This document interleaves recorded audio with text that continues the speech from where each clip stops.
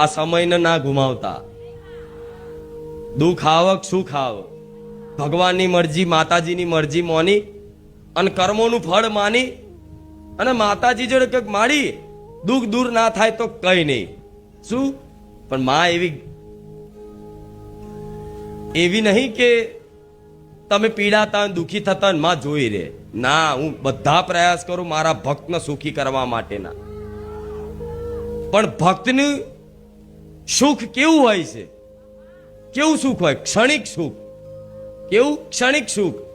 માં ગાડી, માં ઘર, માં બંગલો, માં માન સન્માન, માં હારું હોના દોરા આવી જાય, માં સમાજમાં વાહ વાહ થઈ જાય, માં હું મોટો નેતા બની જાઉં, માં હું મોટો અધિકારી બની જાઉં, માં હું આવો બની જાઉં, માં હું આવો બની જાઉં. પણ કોઈ એવું નહીં કહેતું કે માં હું તારો ભક્ત બની જાઉં, એવી કૃપા કર.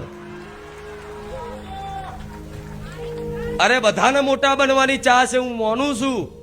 તમારી અંદર સ્વાભાવિક ચાહ હોય કે હું મોટો બનું.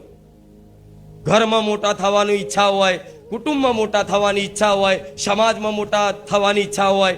ધીરે ધીરે આ મોટાઈ વધતી જાય છે. તો આ મોટા થવાની ઈચ્છા કેમ થાય છે? એટલા માટે થાય છે કે સૌથી મોટા મારા ભગવાન છે ને, એના તમે અંશ છો ને, એટલે તમને મોટા થવાની ચાહ પેદા થાય છે. તમે એ મોટા ના છો, મોટા ના છો તમે. મારા જેવી માતા જે મોટી છે ને એના છો તમે, એટલે મોટા થવાની ચાહ થાય છે. તો જો કદાચ મોટા થવું હોય ને તો એક વખત મારા શરણોમાં પડી જાઓ, જીવન સમર્પણ કરી દો અને રામના મુખે લાવી દો. જો કદાચ આપે રૂપે તમારી ઈચ્છા ચાહ કરવાની જરૂર નહીં, આપે રૂપે મારા રામ નામની મહિમાથી આપે રૂપે મોટા ના બનાવું, ગોડા હું રોમ વારી મેરડી મટી જાઉં.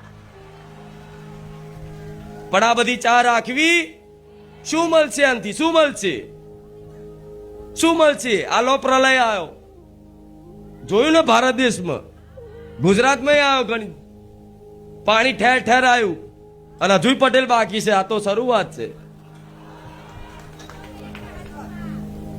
તે પ્રલયમાં તમે જોઈ લો, આમ આસામ બાજુ અત્યારે તો મોબાઈલ હશે એટલે બધાને જોતા હશો. એક ઝાટકે એવો પ્રલય આવ્યો, 15 થી 20 લાખ લોકોના ઘર, ગાડી બધું તણાઈ ગયું. કેટલાય માણસો તણાઈ ગયા. તાર એ દાર ઘર રહ્યું તમારી જોડે? રહ્યું? ગાડી રહી? એ ઘરમાં હંતાડેલો સોનાનો દોરો રહ્યો? અંદર હંતાડેલા પૈસા રહ્યા? હારા નવા લુગડા લાયેલા રહ્યા? ના રહ્યા ને? બધું એક ઝાટકે જતું રહ્યું. તો કુદરત આગળ બધું ફેલ છે.